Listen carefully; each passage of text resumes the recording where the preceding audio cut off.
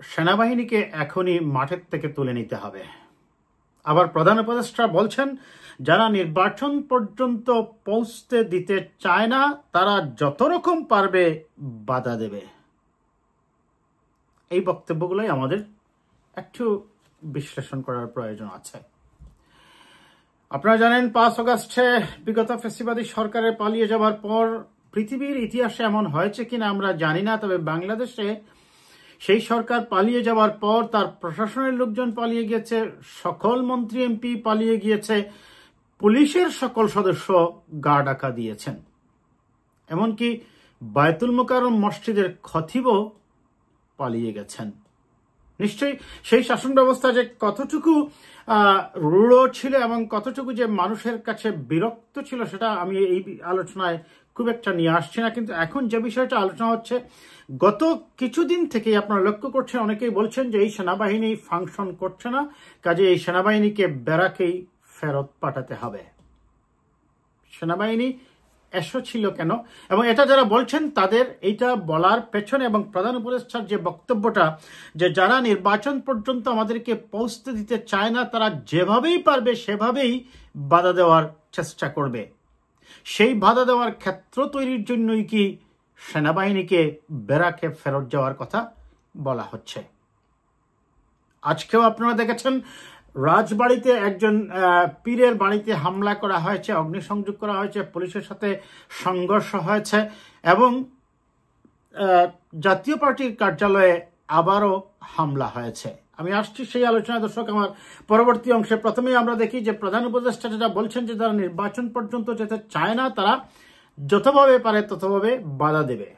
এখন সেই বাধা দেওয়ার জন্য অনেকে যুক্তি দেখাচ্ছেন সেনাবাহিনীকে ব্যারাকে ফেরত নিতে হবে। সেনাপ্রধান তিনি নিজেও বলেছিলেন যে সেনাবাহিনী দীর্ঘদিন থেকে মাঠে থাকার কারণে তাদের রুটিন ওয়ার্কের সমস্যা হচ্ছে, কাজেই যত দ্রুত সম্ভব তিনি বলছেন একটি নির্বাচন করে সেনা সদস্যদেরকে আবার ফেরত নিয়ে আসতে হবে।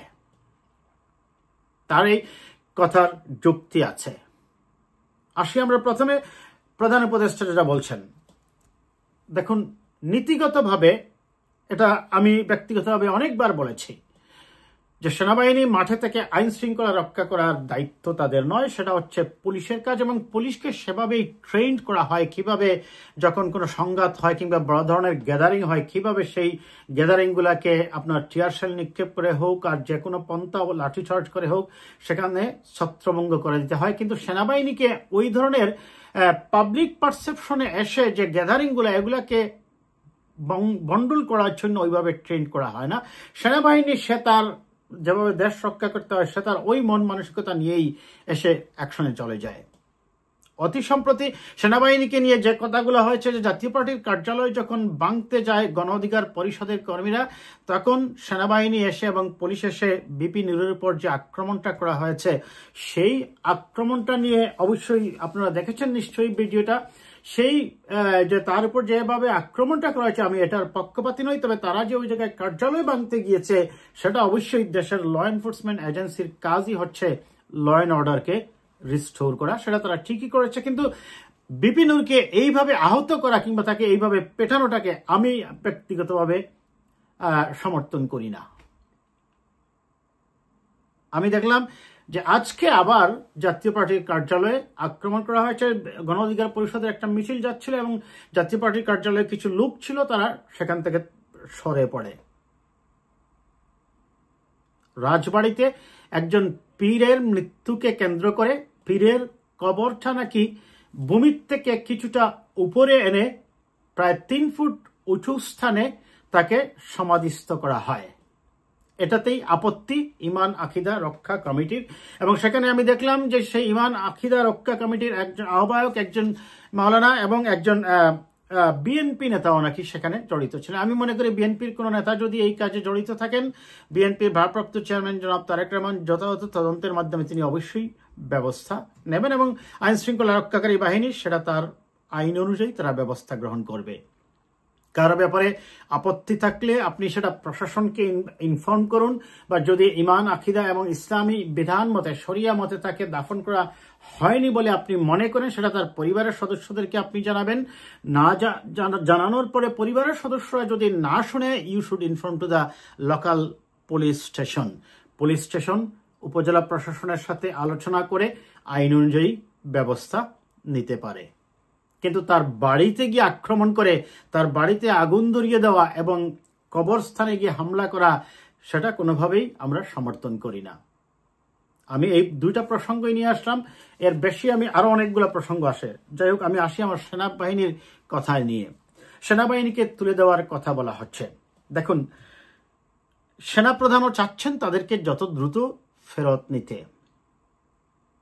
আবার চট্টগ্রাম বিশ্ববিদ্যালয়ে যখন সেনাবাহিনীকে ডাকা হয়, সেনাবাহিনী নাকি সময় মতো আসেনি। অবশ্য পরবর্তীতে সেনাবাহিনী আবার যে অ্যাকশনগুলো নিয়েছে, এটা নিয়েও আবার উল্টো সমালোচনা অনেকে করেছেন। কিন্তু প্রশ্নটা সেই জায়গায় নয়। প্রশ্নটা হচ্ছে, কেন তাদেরকে ডাকা হয়েছে মাঠে? সেনাবাহিনীর কাজ তো দেশের ভিতরে আইন শৃঙ্খলা রক্ষা করা নয়। দেশের আপৎকালীন মুহূর্তে, দেশের অভ্যন্তরীণ কোনো বিশৃঙ্খলা এড়াতে ইয়েস, ইমার্জেন্সি সেনাবাহিনী নামতেই পারে, কিন্তু দীর্ঘমেয়াদে 1 বছরের উপরের সময় তারা মাঠে কেন আছে, সেটা বিশেষ পরিস্থিতির কারণে।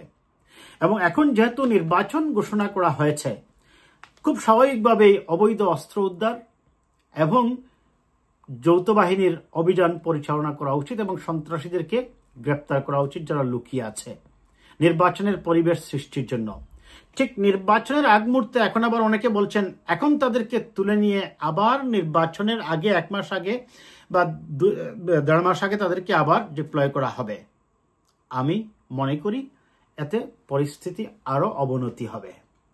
অর্থাৎ সেই 1-1.5 মাসের আগে যদি নামানো হয়, এর আগে একটা পক্ষ, ওই যে প্রধান উপদেষ্টা বলছেন যারা নির্বাচন পর্যন্ত যেতে চায় না, তারা এমন পরিস্থিতি সৃষ্টি করে রাখবে যাতে করে নির্বাচন সম্পর্কে মানুষের এক ধরনের বিতৃষ্ণা জন্ম নেয়।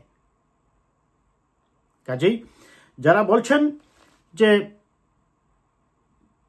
সেনাবাহিনীকে এখনই মাঠ থেকে তুলে নিতে হবে, তাদের এখানে নির্বাচন বানচালের বা নির্বাচন পিছিয়ে দেওয়ার এক ধরনের দুরভিসন্ধি থাকতে পারে। বটম লাইন, আমার অপিনিয়ন হচ্ছে, এই মুহূর্তে আমরা জানি সেনাবাহিনীর কাজ নয় আইন শৃঙ্খলা রক্ষা করা, কিন্তু এই মুহূর্তে সেনাবাহিনীকে যদি মাঠ থেকে তোলা হয়, পরিস্থিতি আরো অবনতি হবে। এখন আবার ডাকসু নির্বাচন আছে, রাকসু নির্বাচন আছে। এখন সেনাবাহিনী থাকা অবস্থায় জাতীয় পার্টির অফিসে আপনারা দেখেছেন হামলা হয়েছে। চট্টগ্রাম বিশ্ববিদ্যালয়ে হামলা রোকা সম্ভব হয়নি। আজকে একজন পীরের বাড়িতে হামলা করে তার বাড়িঘর জ্বালিয়ে দেওয়া হয়েছে।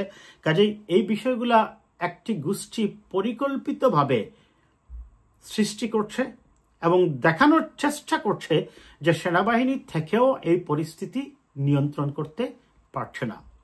যতটুকুই তারা পারছে